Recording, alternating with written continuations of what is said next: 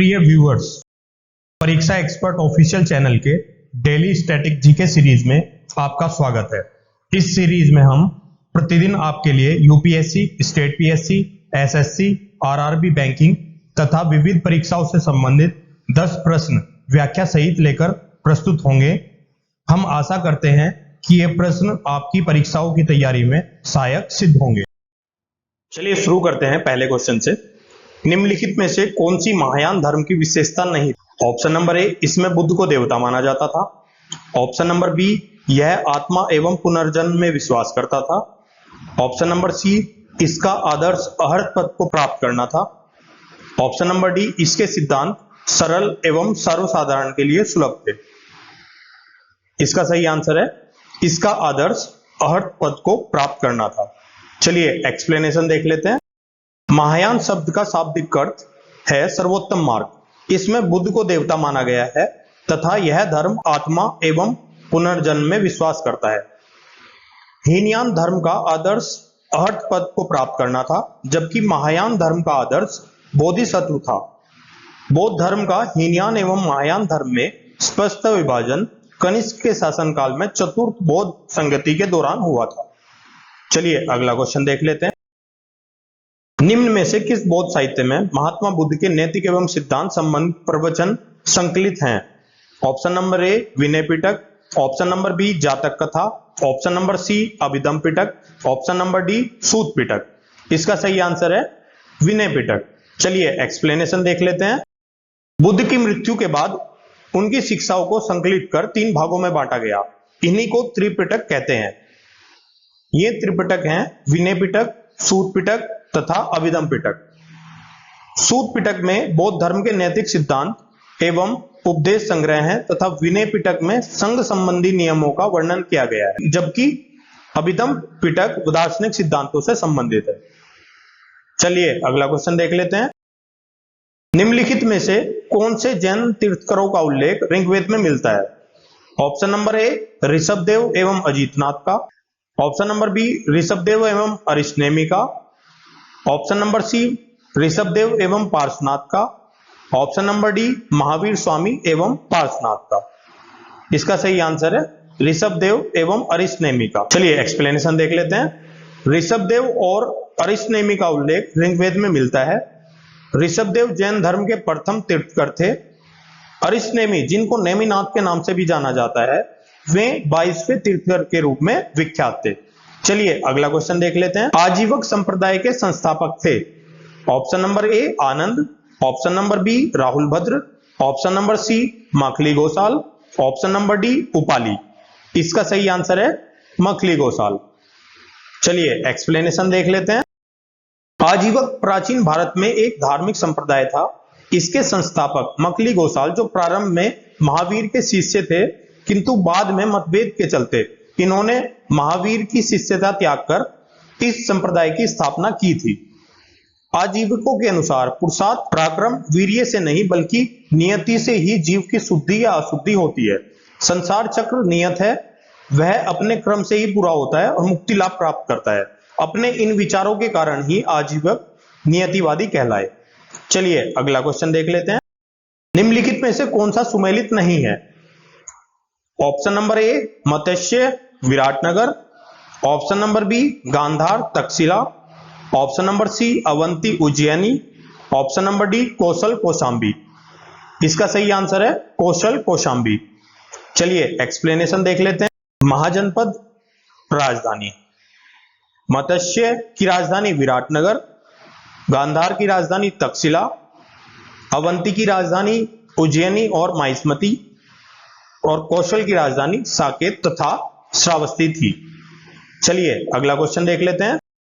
किस विद्वान द्वारा अपने नाटक स्वपनवास दत्तम में उद्यनवास दत्ता की दंत कथा को वर्णित किया गया है?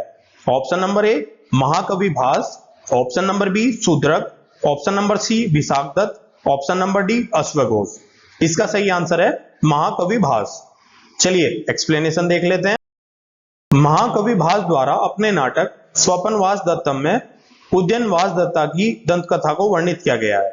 इस नाटक के वत्स नरेश उद्यन तथा अवंती नरेश प्रणोद की पुत्री वासदत्ता की प्रेम कथा का वर्णन है। यह दंत कथा उज्जैन से संबंधित है। ये कथा उस समय की है जब उज्जैन को उज्जैनी के कारागार में कैद किया गया था। अगला क्वेश्चन देख लेते हैं। निम्नलिखित में से किस अभिलेख में चंद्रगुप्त और अशोक दोनों का उल्लेख मिलता है? ऑप्शन नंबर ए रुद्रादमन का जूनागढ़ अभिलेख, option number B Gautami Satakarni की नासिक प्रशास्ति, ऑप्शन नंबर सी खारवेल का हाथी गुंफा अभिलेख, ऑप्शन नंबर डी इनमें से कोई नहीं। इसका सही आंसर है रुद्रादमन का जूनागढ़ अभिलेख।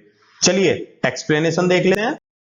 मौर्य काल में चंद्रगुप्त मौर्य एवं अशोक ने सौराष्ट्र प्रांत में स्थित गिरनार क्षेत्र में जल संसाधन व्यवस्था पर ध्यान दिया था, जिसके कारण चंद्रगुप्त मौर्य ने सुदर्शन झील का निर्माण करवाया तथा अशोक द्वारा इसी झील से नहरें निकलवाई थी।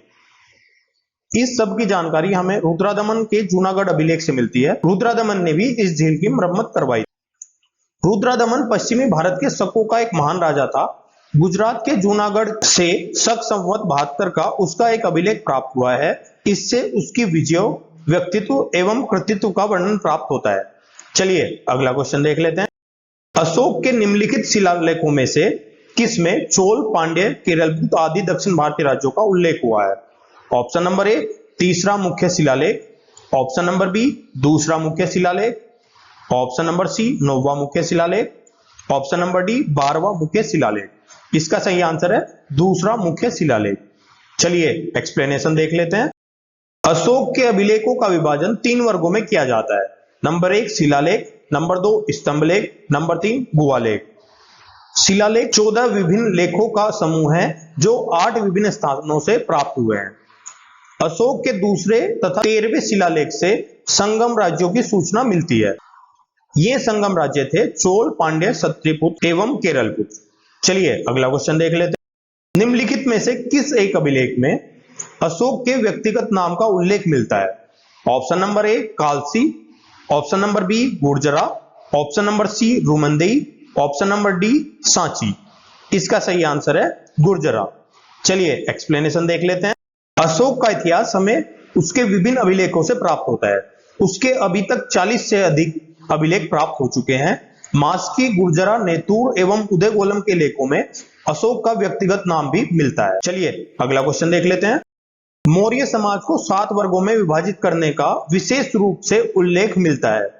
ऑप्शन नंबर ए कौटिल्य के अर्थशास्त्र में, ऑप्शन नंबर बी अशोक के शिलालेखों में, ऑप्शन नंबर सी पुराणों में, ऑप्शन नंबर डी मेगास्थनीज की पुस्तक इंडिका में। इसका सही आंसर है मेगास्थनीज की पुस्तक इंडिका में। चलिए एक्सप्लेनेशन देख लेते हैं। मेगास्थनीज ने अपनी पुस्तक इंडिका में भारतीय समाज को 7 वर्गों में विभाजित किया है, जिसमें दार्शनिक, कृषक, सभासद, पशुपालक, कारीगर, योद्धा एवं निरीक्षक शामिल। मेगास्थनीज के अनुसार मौर्य काल में बहुविवाह का प्रचलन था, दास प्रथा का प्रचलन नहीं था। मेगास्थनीज ने भारतवासियों की भावनाओं पर प्रकाश डालते हुए बताया है कि यहाँ के लोग डायोनिसस एवं हेराक्लीज की उपासना करते थे। मेगास्थनीज द्वारा पाटलिपुत्र को पोलीब्रोथा नाम से संबोधित किया गया है। प्रिय व्यूअर्स, हम आशा करते हैं कि ये वीडियो आपको अच्छी लगी होगी। कृपया अपने फीडबैक एवं सजेशंस कमेंट बॉक्स में दें। हम आपके सजेशंस के अनुसार वीडियो को और बेहतर बनाने का प्रयास करेंगे। इस वीडियो की पीडीएफ प्राप्त करने के लिए आप हमारे टेलीग्राम चैनल से जुड़ सकते हैं, जिसका लिंक वीडियो के डिस्क्रिप्शन में दिया गया है। आप हमारी वेबसाइट www.pariksaexpert.com पर जाकर किसी भी एग्जाम की टेस्ट सीरीज ज्वाइन कर सकते हैं।